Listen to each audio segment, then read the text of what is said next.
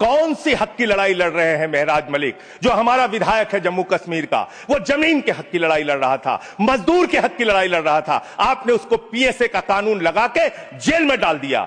कौन से हक की लड़ाई लड़ रहे थे? सोनम वांगचुक मजदूर के हक की लड़ाई लड़ रहे थे, किसान के हक की लड़ाई लड़ रहे थे, आम आदमी के हक की लड़ाई लड़ रहे थे, लद्दाख के लोगों के हक की लड़ाई लड़ रहे थे। उस सोनम वांगचुक को, जो एक पढ़े लिखे प्रतिष्ठित व्यक्ति हैं, उनको आपने पकड़कर जेल में डालने का काम किया। इस देश का मजदूर सड़कों पे उतरेगा, इस देश का किसान सड़कों पे उतरेगा, इस देश का आम आदमी सड़कों पे उतरेगा, जिसके पेट और पीठ दोनों पे आप छुरा मारने का काम कर रहे हैं। अरे भाजपाइयों ने जी राम जी योजना के तहत 1000 करोड़ का भ्रष्टाचार यूपी में कर लिया। अरे भाजपाइयों ने हरियाणा में 500 करोड़ रुपए का भ्रष्टाचार जी राम जी में कर लिया। अरे भाजपाइयों ने महाराष्ट्र में जी राम जी के नाम पे करोड़ों का भ्रष्टाचार कर लिया। हाइपोथेटिकल बात कर रहे हैं। भाजपाइयों ने गुजरात में तो क्या बोलूं सर, क्या आपत्ति है इनको सर? क्या बोलूं, जी राम जी ना बोलूं सर? अब तो गुजरात में सैकड़ों करोड़ का भ्रष्टाचार भाजपाइयों ने जी राम जी के नाम पे कर लिया। पूरे देश में, गांव में विधायक, इनके बीजेपी के विधायकों ने जी राम जी योजना में भ्रष्टाचार कर लिया। तो ये आप राम को सम्मान दे रहे हैं कि राम को अपमानित कर रहे हैं? आप राम को अपमानित कर रहे हैं। अरे बैठ जाओ, चंदा चोरी की है तुम लोगों ने, बैठ जाओ, चंदा चोरी की है तुमने भगवान श्री राम के नाम पे चंदा चोरी की है।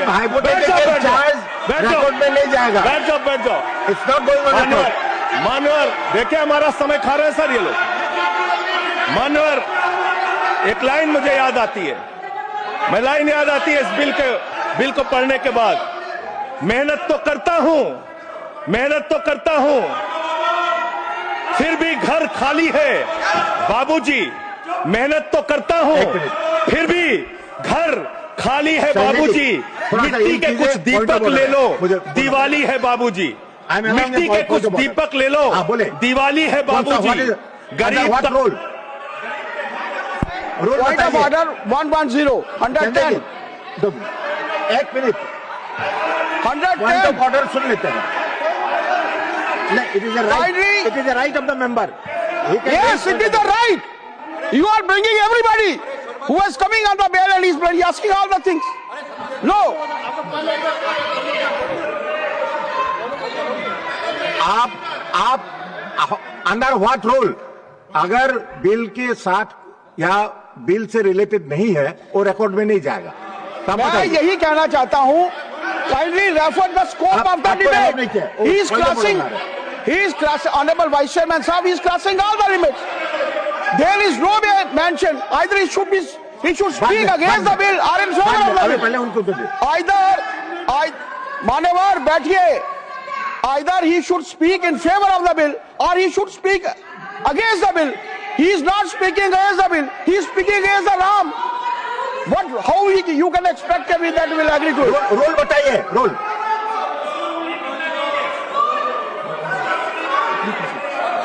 ठीक है संजय जी, कर देते हैं बोलने sir. LOP wants to speak. जब आपने उनको अलाउ किया एलओपी को करिए। आपका समय कम है, उनको अलाउ, आपका समय से जाएगा है? आपका समय जो सर उनका हमारे में से आपका समय पॉज कीजिए सर, पॉज कीजिए। You asked me to stand. अभी नहीं, पॉइंट ऑफ ऑर्डर मैंने सुन लिया। देखिए, मैंने सुन लिया। नो हाँ, देखिए, जो हाइपोथेटिकल बात है वो रिकॉर्ड में नहीं जाएगा। मैंने ऑलरेडी रूलिंग दे चुका है। बताइए। डिप्टी चेयरमैन साहब, आप बड़े सीनियर लीडर है और आप ये सब प्रोसीजर तो आपको मालूम है, फिर बताने की जरूरत नहीं है।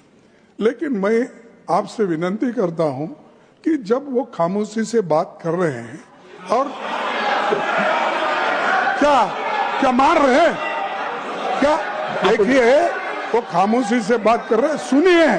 आपको अगर जचता नहीं, अगर आपको ये पसंद नहीं है तो आप उसका उत्तर बाद में दीजिए।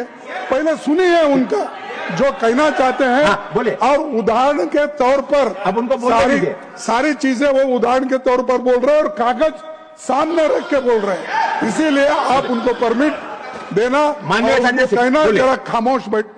धन्यवाद।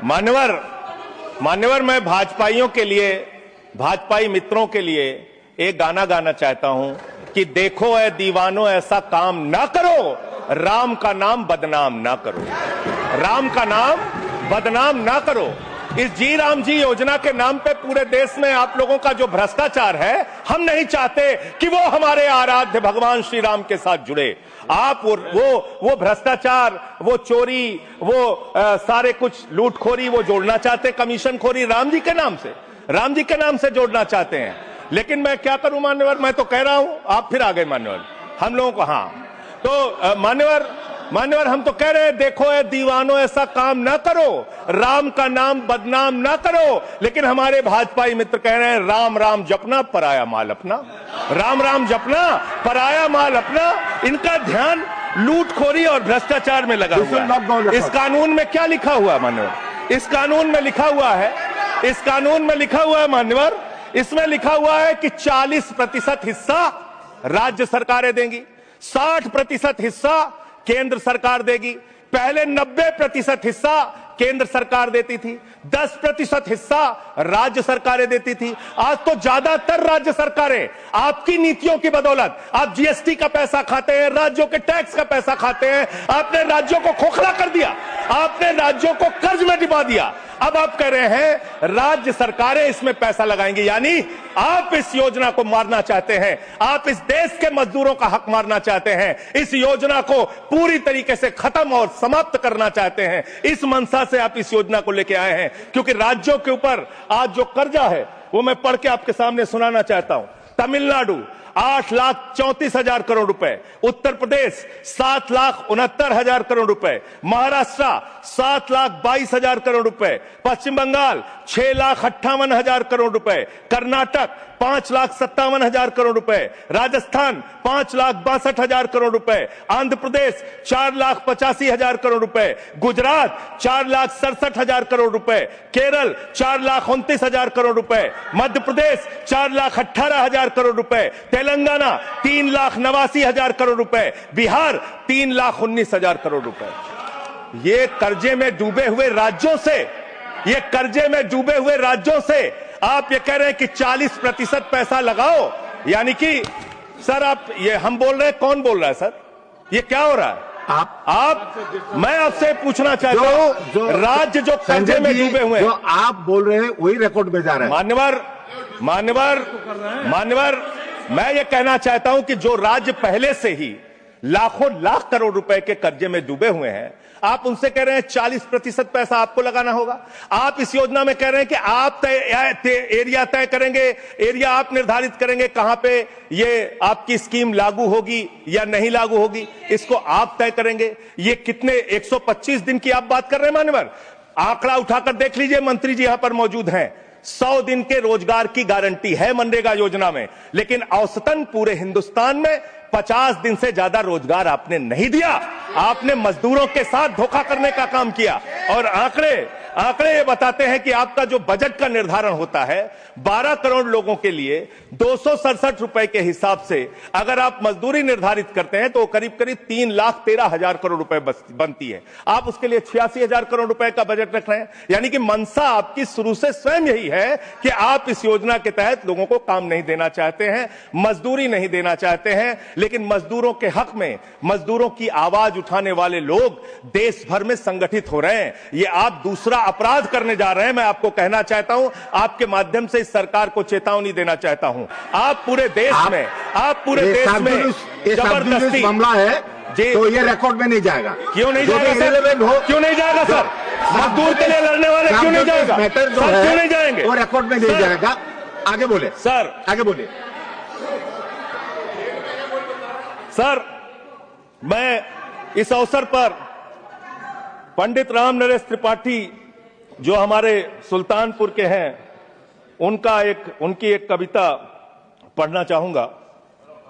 ना मंदिर में, ना मस्जिद में, ना गिरजे के आसपास में, ना पर्वत पर, ना नदियों में, ना घर बैठे, ना प्रयास में, ना कुंजों में, ना उपवन में, शांति भवन या सुख निवास में, ना गाने में, ना बाने में, ना आशा में, ना ही हास में, ना छंदों में, ना प्रबंध में, ना अलंकार, ना अनुप्रास में, खोज ले कोई राम मिलेगा दीन जनों की भूख प्यास में। खोज ले कोई राम मिलेगा दीन जनों की भूख प्यास में।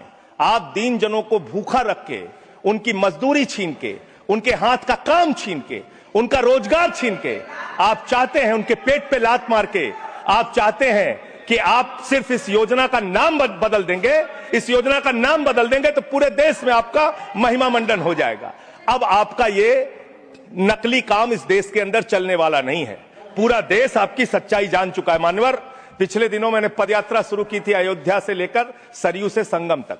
अयोध्या में किसान आए हमारे पास, बहुत सारे किसानों ने आकर कहा किस तरीके से अयोध्या के अंदर किसानों की जमीनों का कब्जा किया जा रहा है प्रशासन के द्वारा, भारतीय जनता पार्टी की सरकार के द्वारा। वहां पर किसानों के ऊपर लाठियां चला के, गोलियां चला के, बुलडोज करके उनकी जमीनें औने पौने दामों में ली जा रही है। मान्यवर, औने पौने दामों में उनकी जमीनें ली जा रही हैं। और वो जमीनें मान्यवर वो जमीनें जो ली जा रही हैं किसानों से, वो जमीनें बड़े बड़े बिल्डर को बेची जा रही हैं, बड़े बड़े बिल्डर को बेची जा रही हैं। किसानों से 5 लाख रुपए बिस्वा जमीन ली गई अयोध्या में। अरे सुनो ध्यान से, किसानों से 5 लाख रुपए बिस्वा अयोध्या में जमीन ली गई और लोढ़ा ब्रदर्स ने उसी जमीन को प्लाटिंग करके 1 करोड़ 80 लाख रुपए में बेचा। आप धंधा कर रहे हैं, प्रभु श्री राम के नाम पे आप धंधा कर रहे हैं, अयोध्या के लोगों को लूटने का काम कर रहे हैं, अयोध्या के किसानों को लूटने का काम कर रहे हैं। इसीलिए अयोध्या के लोगों ने आपको हराया, इसीलिए अयोध्या के लोगों ने आपको हराया। और यही आपका चरित्र रहेगा तो पूरे देश में जनता आपको जवाब देगी, जनता आपको हराने का काम करेगी। ये मजदूरों का हक मारने का काम जो आप कर रहे हैं, इसको बंद कीजिए। मानवर, मैं अंतिम बात कहना चाहता हूं, मानवर बोले, जब ये मनरेगा योजना लाई गई तो इस बिल को अस्थायी समिति में भेजा गया था। आज जब आप नई योजना लेकर आ रहे हैं, इसको अस्थायी समिति में आपने क्यों नहीं भेजा? क्या आप छिपाना चाहते हैं? क्या आपकी मंशा है? ये आप बताइए। और अंत में इन्हीं लाइनों के साथ कि हम मेहनत कश इस दुनिया से जब अपना हिस्सा मांगेंगे, एक बाग नहीं, एक खेत नहीं, हम सारी दुनिया मांगेंगे, हम सारी दुनिया मांगेंगे। इस देश का मजदूर आपके खिलाफ खड़ा होगा, अपनी आवाज को बुलंद करेगा। इंकलाब जिंदाबाद, इंकलाब जिंदाबाद, वंदे मातरम, वंदे मातरम, जय श्री राम, जय श्री राम, जय श्री राम। कोई श्री राम का नाम नहीं लिया। एस निरंजन।